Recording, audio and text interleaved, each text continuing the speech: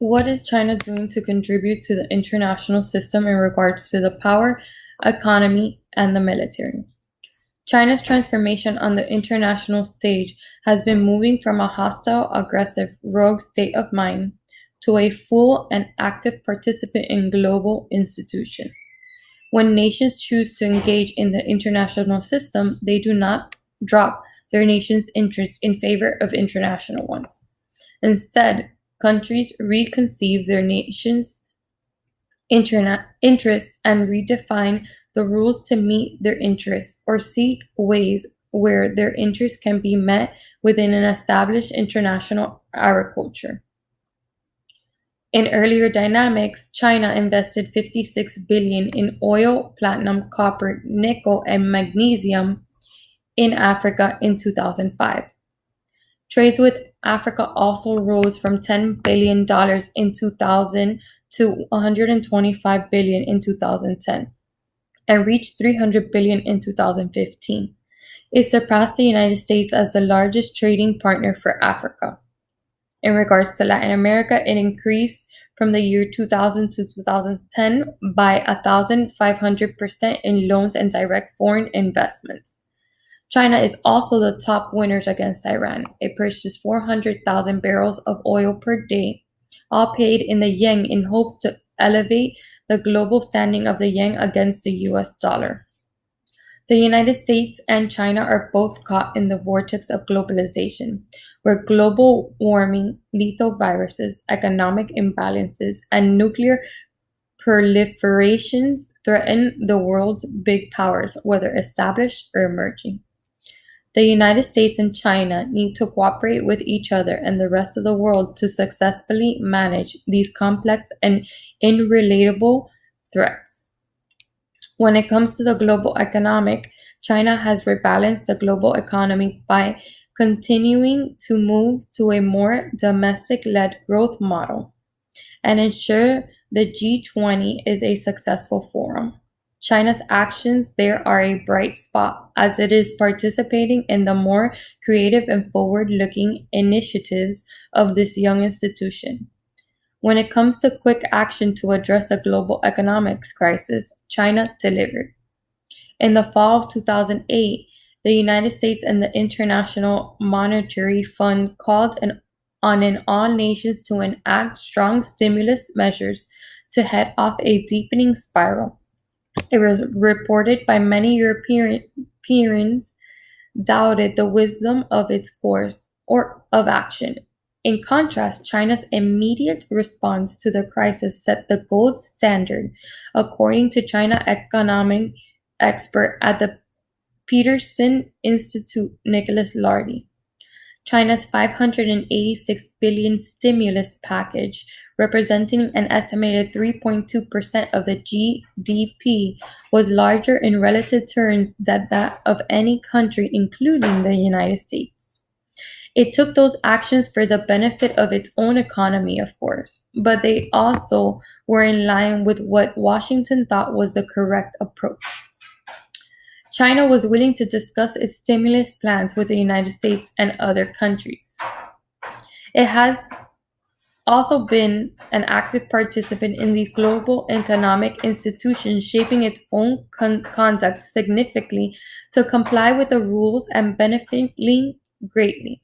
China entered the World Trading Organization in 2001, capping 2 decades in which it joined a slew of international economic institutions, including the IMF, World Bank, and the World Intellectual Property Organization. Just this year, the Chinese were admitted to the Financial Stabilizing Board, the successor organization to the Financial Stabilizing Forum, which coordinates among different national entities responsible for financial stability.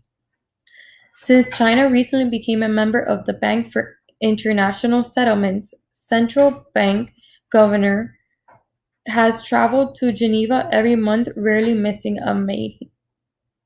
In regards to nuclear non-proliferations negotiations, China became a constructive, proactive, and dedicated player in the Iran and North Korea talks and in the push to enact, enforce, and strengthen the Comprehensive Nuclear Test Ban Treaty, the Non-Proliferation Treaty, and the Fissile Material Cutoff Treaty.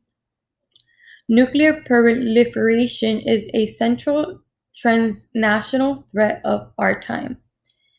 As more states pursue nuclear programs, the greater the chances of an accident, of materials or weapons falling into the hands of extremists, or of a nuclear weapon being launched against another state. China has also developed an extensive domestic system of export controls to enable compliance with the international obligation.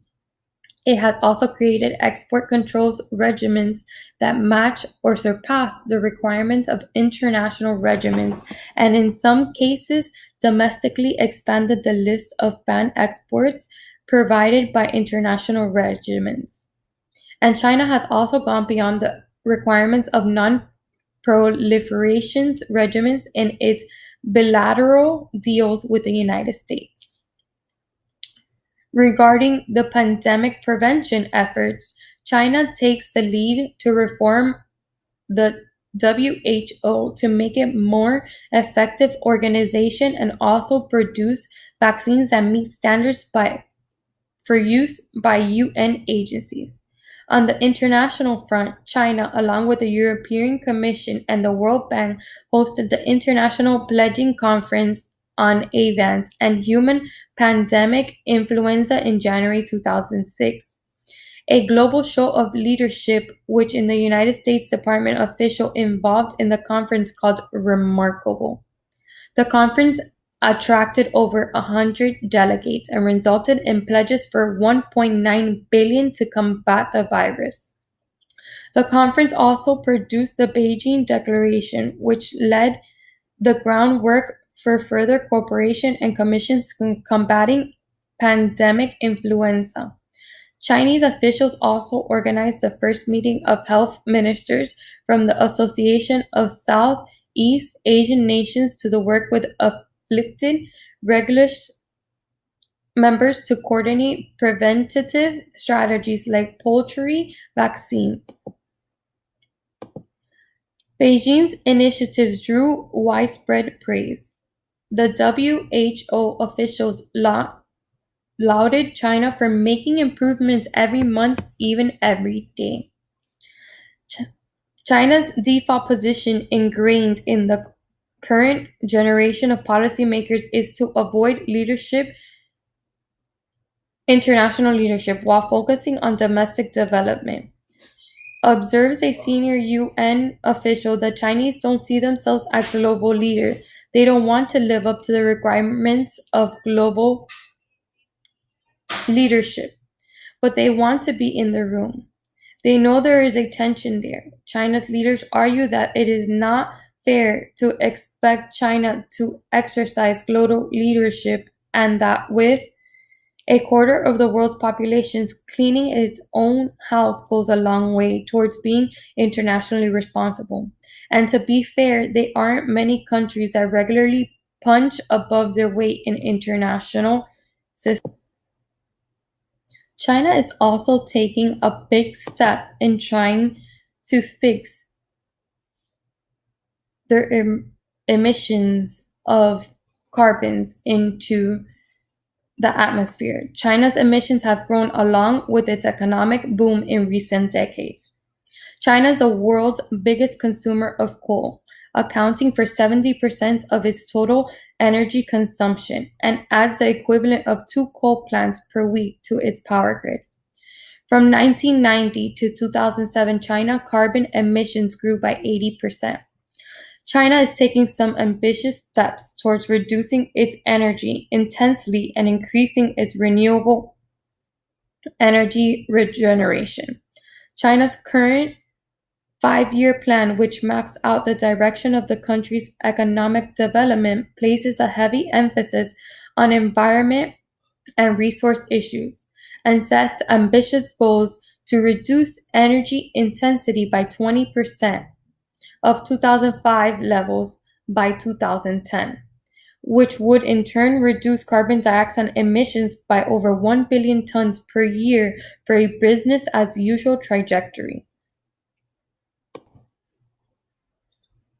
China's president affirmed that China will endeavor to increase the share of non-fossil fuels in primary energy consumption to around 15% by 2020.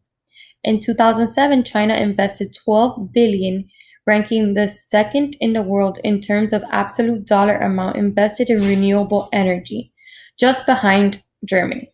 About 9% of China's recent 586 billion economic stimulus is targeted towards sustainable developmental projects.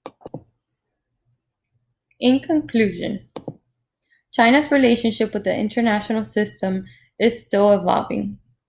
When it comes to four daunting transnational threats: global warming, the global economic crisis, nuclear proliferation, and global pandemics, China's conduct has increasingly fallen in line with the international agriculture's rules and norms of the global community.